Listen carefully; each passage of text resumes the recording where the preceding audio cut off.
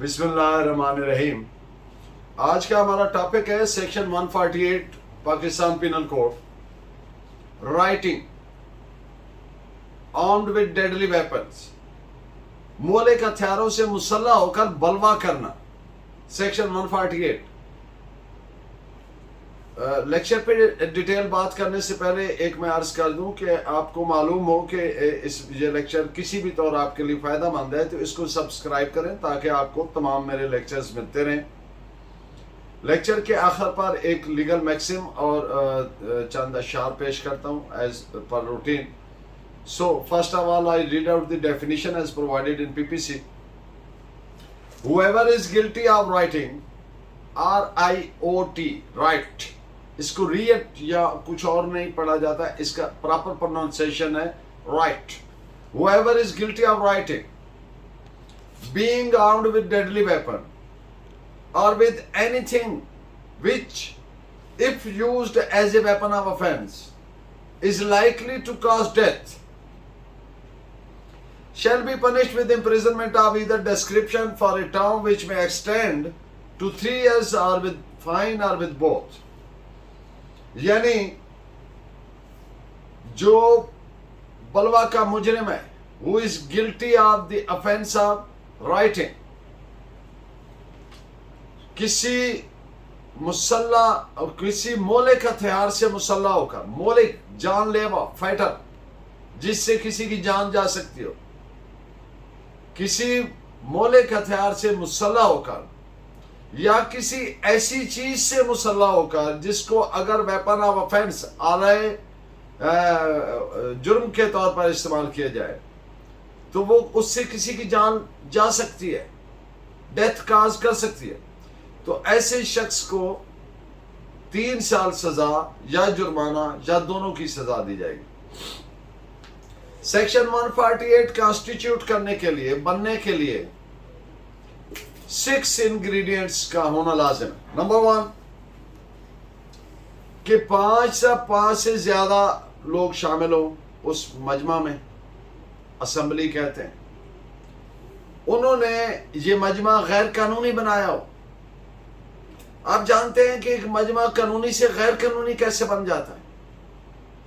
جب وہ نیت مشترکہ سے کسی جرم کے ارتکاب کے لیے یا سینٹرل یا پروونشل گورنمنٹ یا مقننہ کو اوور ایپ کرنے کے لیے، خوف زدہ کرنے کے لیے اکٹھے ہوئی ہو تو پھر وہ غیر قانونی بن جاتا ہے.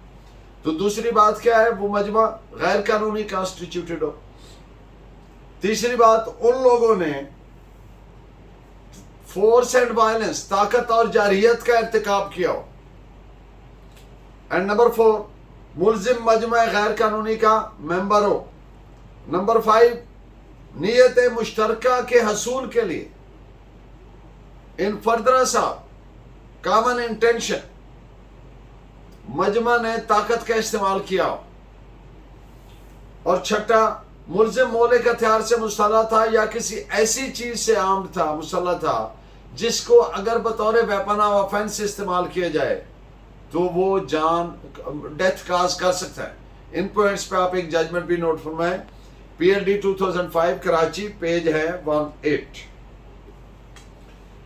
اب یہ بہت پریکٹیکل پوائنٹ آف ویو سے بہت اہم سیکشن ہے یہ بھی، اور اس سے آگے 149 بھی. اکثر آپ ان کا اپلیکیشن دیکھتے ہیں. اب یہاں پہ 2-3 چیزوں کو اور اس سیکشن کو، بلوا کو، ان میں تھن سا ڈفرنس ہے، معمولی فرق سے چینج ہو جائے. اب اگر سڈن فائٹ ہے، اچانک لڑائی ہو گئی ہے اور کوئی سیٹسفیکٹری ایویڈنس موجود نہیں ہے، اطمینان بخش کوئی ایسی ایویڈنس یا انکریمنیٹری مٹیریل صفحہ مثل پر موجود نہیں ہے جس سے عدالت یہ سمجھے کہ یہ مجمع اس کو کہیں گے جس میں کم از کم 5 افراد شامل ہو یا اس سے اوپر جتنے مرضی ہو، 5 یا 5 سے زیادہ، وہ نیت مشترکہ سے. اب عدالت اس نتیجے پر اگر پہنچ نہیں پائی اور کوئی ایویڈنس یا مٹیریل نہیں ہے کہ یہ لوگ کامن انٹینشن سے، مشترکہ نیت سے ارتکاب جرم کے لیے اکٹھے تھے، موجود تھے، بلکہ سامنے جو بات آئی وہ یہ تھی کہ اچانک لڑائی شروع ہوئی، اچانک فوری اشتعال پیدا ہوا اور لڑائی ہو گئی فریقین کے درمیان، اور اس میں 5 سے زیادہ افراد شریک ہوئے۔ تو ایسی صورتحال میں ہر ملزم اپنے انڈیویجول ایکٹ، انفرادی فعل کی حد تک ذمہ دار ہوگا، اور ایسے ملزمان کو سیکشن 147، 148 یا 149 کے تحت سزا نہیں دی جا سکتی۔ کیوں؟ کہ اس میں وہ ضروری چیز میں سے ہے، کون سی؟ پہلے سے نیت مشترکہ ڈیولپ کر کے اکٹھے ہونا وغیرہ۔ تو اس پہ ججمنٹس 2 نوٹ فرمائے۔ AIR 1980 supreme court 573 and PLD 1996 supreme court page ہے 219۔ ایک اور کیس لا اور اس پہ 2 فیکٹس آپ کو دوں گا۔ 5 ملزمان تھے،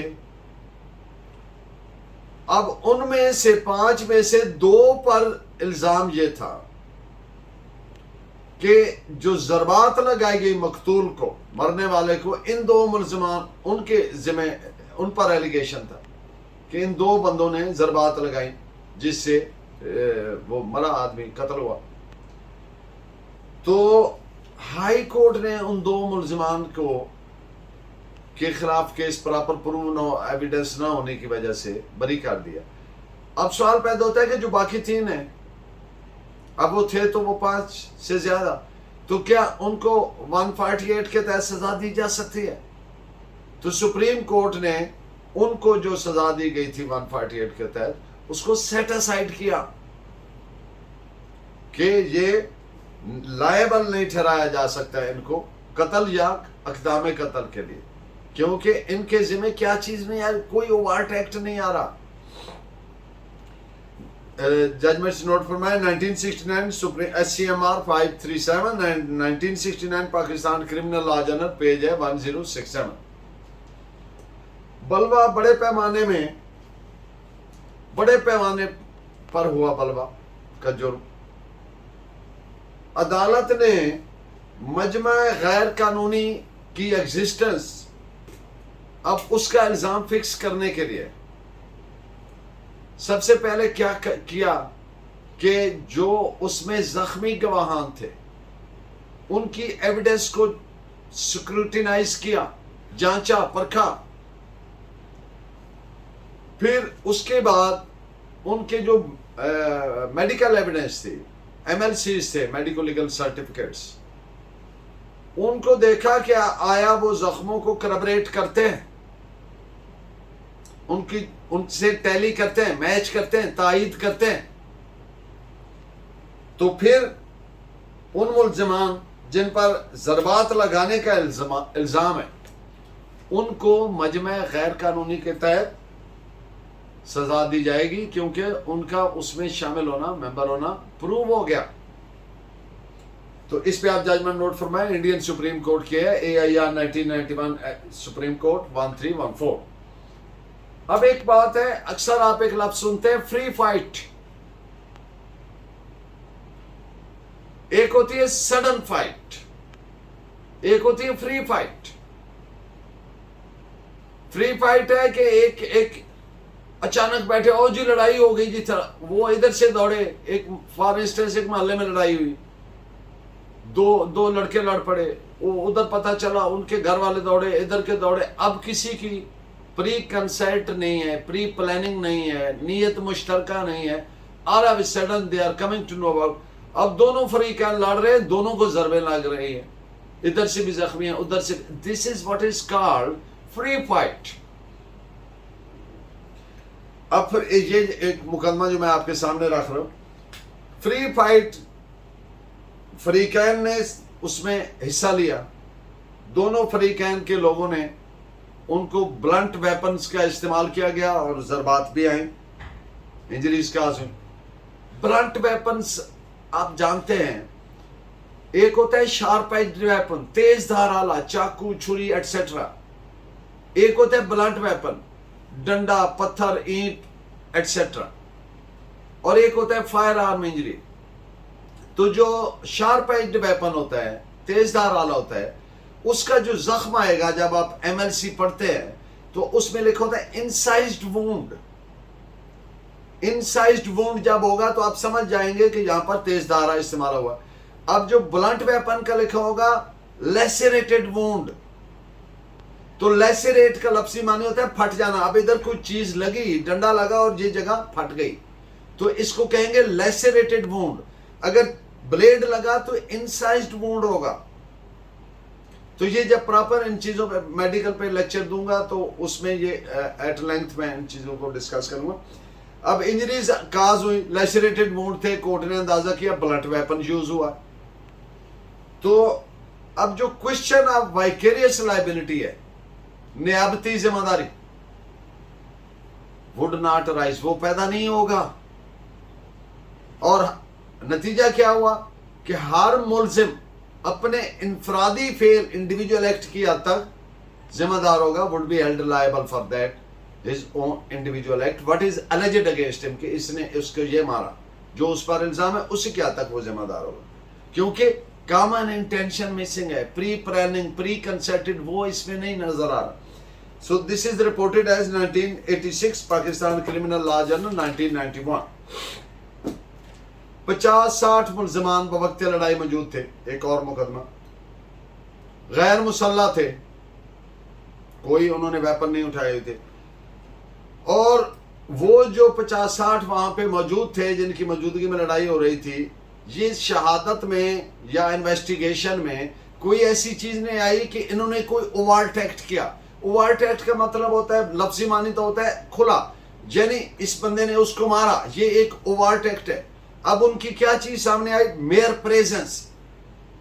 تو جب ان کا کوئی اوورٹ ایکٹ سامنے نہیں آ رہا تو قتل اور اقدام قتل کو ود ایڈ آف سیکشنز 147 اور 149 یا 148 سپریم کورٹ نے ان کو جو سزا دی گئی تھی اس کے تحت وہ سیٹ اسائڈ کی. This is reported as AIR 1990 Supreme Court 2255. آج کا لیگل میکسم ہے ناسیٹر اے سوچس. اس کا مقصد ہے the meaning of a doubtful word. اگر کوئی ایسا لفظ ہے جس کا معنی جو ہے اس سے ڈاؤٹ پیدا ہو رہا ہے, شک پیدا ہو رہا ہے, تو اس کو کیسے ascertain کے the meaning of a doubtful word would be may be ascertained by reference to the meaning of the words associated with it. Associated with it, اس کے ساتھ ملے ہوئے, اس کے ساتھ جڑے ہوئے. اب وہ کہتے ہیں نا پس منظر ہٹاؤ داستان سے کہ سب کچھ سلسلہ در سلسلہ ہے. وہ الفاظ جن میں سے اس کے پہلے کون سے الفاظ آ رہے ہیں, بعد میں, پہلے سینس کیا آ رہا ہے پیرے کا پیسج میں, تو اس کو جب ملا کے اس سے پڑھیں گے تو وہ اس کے معنی کلیئر ہو جائیں گے. دوسری بات, اگر اس کے ان الفاظ کو نکال دیا جائے تو باقی کا مفہوم کیا رہ جاتا ہے, تو اس کو ساتھ ملا کر پڑھیں گے تو کیسے ہوگا, ایڈجائننگ سے کیا ہوگا, کنجائنٹ سے کیا ہوگا. تو یہ اس کا پرنسپل ہے. لارڈ بیکن نے یہ پرنسپل لے ڈاؤن کیا ہے کہ coupling of the words together shows that they are to be understood in the same sense.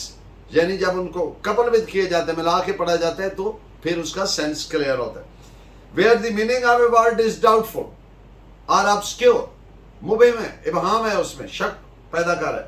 اور where a particular expression when taken singly is inoperative, جب اس کو اس سے دوسرے سے ہٹا کر دیکھیں تو وہ inoperative ہو جاتا ہے, اس میننگ لیس ہو جاتا ہے.